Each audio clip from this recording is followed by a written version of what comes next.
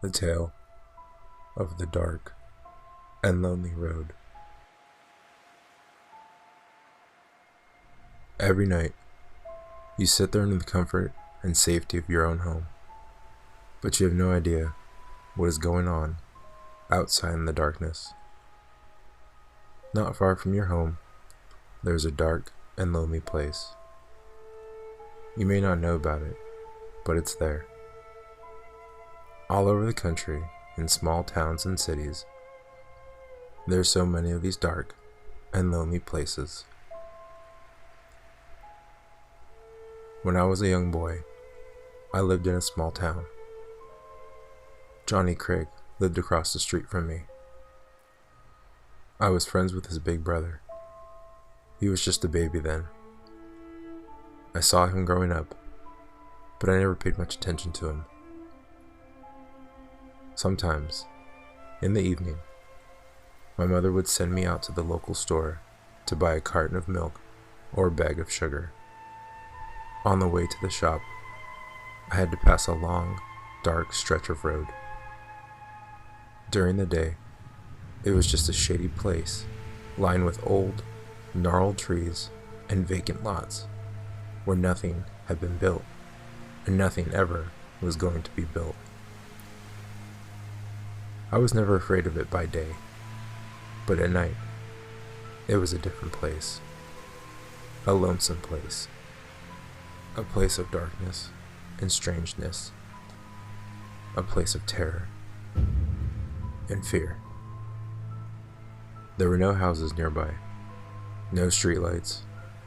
It was pitch black as black could be. Dark as the deepest night. The tall trees blocked out the moon and the stars, casting their long shadows across the road. Whenever you had to go that way, you walked slower and slower. It was like stepping into a dark tunnel.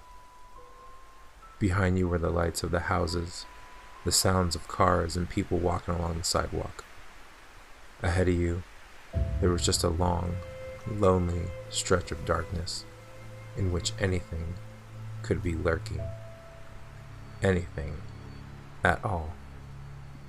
Every time I had to pass that place at night, I would dread it. I kept hoping somebody would come along so I wouldn't have to walk alone. But nobody ever came. As I walked along the dark stretch of road, I would keep my eyes fixed on the trees, half expecting to see something or someone lurking there in the darkness. Perhaps it was the boogeyman. My mother had often told me about the boogeyman and how he waited in the dark places for boys and girls who strayed from the path. Perhaps it was a child predator. My mother had also warned me about evil men who tried to lure children with the promise of candy and puppy dogs. Perhaps it was something else. Something worse. Out of the corner of my eye, I would catch glimpses of misshapen figures crouching there in pitch black, waiting for the moment when they would burst forth and pounce on me.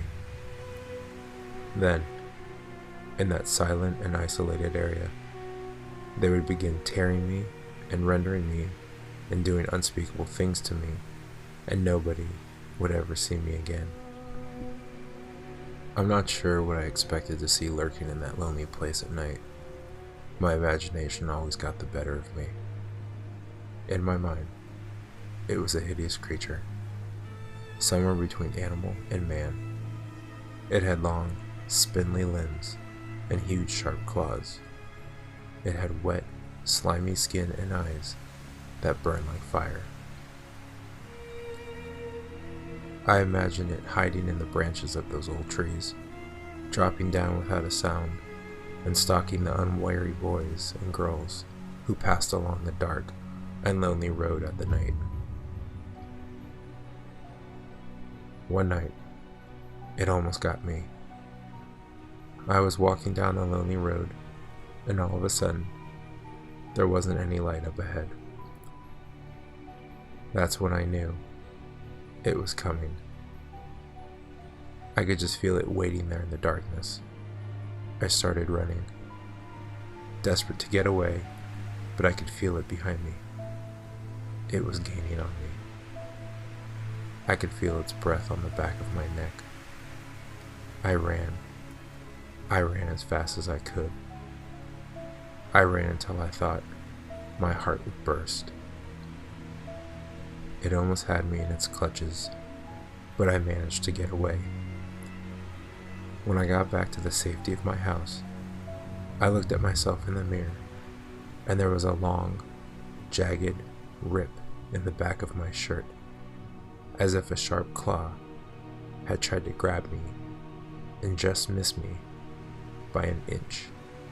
That scared me real bad, and afterwards I hated going down that lonely road more than ever.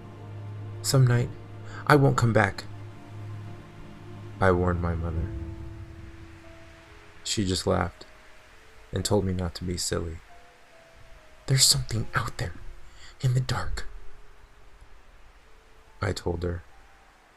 "There's nothing there in the dark that isn't there in the light," she assured me. What do adults know about the world? Grown-ups think they know everything. They place their trust in what they read, but they only read what's reported in newspapers and on TV. They drive around in their cars and never have to walk anywhere at night. They don't know what goes on out there in the dark, in the wretched, lonely places where no light ever shines and the darkness hangs like a cloud on the ground and no bird ever sings. I knew they wouldn't believe me. I knew there was nothing I could say to convince them that something or someone lived down there among the trees on that dark and lonely stretch of road. As I grew older, I gradually forgot about the lonely road. I got taller, I went to high school, I started playing football, and I learned to drive, and I started dating girls. The years passed by, and somehow I forgot about the thing that lurked there in the darkness. The memory of it still remained in a distant corner of my mind, but it was a memory locked away in childhood. The years passed by, but I never thought about the other kids who had to walk down that dark and lonely road at night. 3 days ago, Johnny Craig went missing. He lived across the street from me. I was friends with his big brother. He was just a baby then. I saw him growing up, but I never paid much attention to him. Not until he went missing. They found him in the trees on that dark and lonely stretch of road. His body was torn and ripped and crushed, almost beyond recognition. The police said he had been mauled by some kind of animal.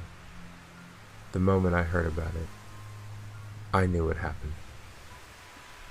Johnny Craig had been murdered by the thing my childhood fears had created. The thing I had conjured up in my imagination. I had left it on that dark and lonely stretch of road. I had left it there to wait for some scared little boy who happened to be walking home one dark night, a little boy who couldn't run as fast as I could run. After that, the town cut down the trees and put up streetlights. That stretch of road isn't dark and lonely anymore. The thing that lurked there is gone now. It's gone somewhere else, where the people are unsuspecting, to some other small town. A small town like yours, where it will wait again, just as it did here. It will wait for some other frightened little boy or girl to come along. It's only a matter of time.